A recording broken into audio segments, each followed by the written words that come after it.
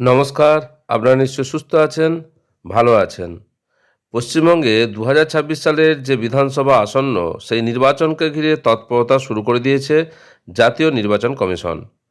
ভোটদান প্রক্রিয়াকে আরও বেশি আধুনিক, সুরক্ষিত এবং সাধারণ মানুষের জন্য খুব সুবিধাজনক করে তুলতে একাধিক নতুন রূপরেখা স্থির করা হয়েছে। এবারের পদক্ষেপে সবচেয়ে বেশি জোর দেওয়া হয়েছে স্বচ্ছতা বজায় রাখা এবং পরিকাঠামোগত উন্নয়নের উপর। নির্বাচনে কারচুপি রুখতে এবার প্রযুক্তির সর্বাধিক ব্যবহার হতে চলেছে। রাজ্যের সমস্ত ভোটগ্রহণ কেন্দ্রে ১০০% নজরদারির জন্য ওয়েবকাস্টিং বাধ্যতামূলক করা হচ্ছে। এর ফলে প্রতিটি বুথের ছবি সরাসরি কমিশনের নজরে থাকবে।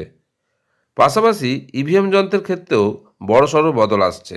ভোটাররা যাতে নিজেদের পছন্দের প্রার্থীকে সহজেই চিনতে পারেন, তার জন্য ব্যালট ইউনিটে প্রার্থীদের নামের পাশে স্পষ্ট রঙিন ছবি যুক্ত করার সিদ্ধান্ত নেওয়া হয়েছে। রাজ্য জুড়ে প্রচুর সংখ্যক ভোটারের কথা মাথায় রেখে ৮০,০০০-এর বেশি পোলিং স্টেশন তৈরি করা হচ্ছে। ভিড় সামলাতে কোনো বুথেই ১২০০ জনের বেশি ভোটার থাকবে না। এছাড়া ৬৩৪টি বুথকে মডেল বুথ হিসাবে সাজিয়ে তোলা হবে। নারী ক্ষমতায়নের এক অনন্য নজির গড়তে ১০,০০০-এর বেশি বুথ সম্পূর্ণভাবে মহিলা ভোটকর্মীদের দ্বারা পরিচালিত হবে। এই বিশাল কর্মকাণ্ডের জন্য অতিরিক্ত রিজার্ভ সহ ৬০,০০০-এর বেশি মহিলা কর্মীর প্রয়োজন পড়বে বলে জানা যাচ্ছে। সাধারণ ভোটারদের পাশাপাশি বয়স্ক এবং দিব্যাঙ্গদের জন্য বিশেষ সুবিধার কথা ঘোষণা করা হয়েছে।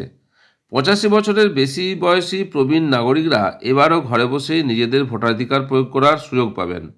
অন্যদিকে শারীরিক প্রতিবন্ধী বা CWSN ভোটারদের বুথ পর্যন্ত নিরাপদে পৌঁছে দিতে হুইল চেয়ার এবং স্বেচ্ছাসেবক মজুদ রাখা হবে। এছাড়াও BLO কর্মীদের মাধ্যমে ভোটারদের বাড়ি বাড়ি ইনফরমেশন স্লিপ পৌঁছে দেওয়া সুনিশ্চিত করা হবে।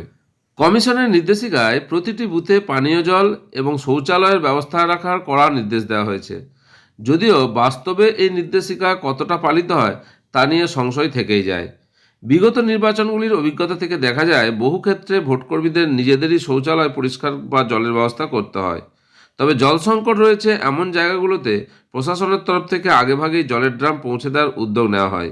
এখন দেখার বিষয় এবারের নির্বাচনে যে সমস্ত পরিকল্পনা নেওয়া হয়েছে সে সমস্ত পরিকল্পনা কতটা সফলভাবে বাস্তবায়িত হয়।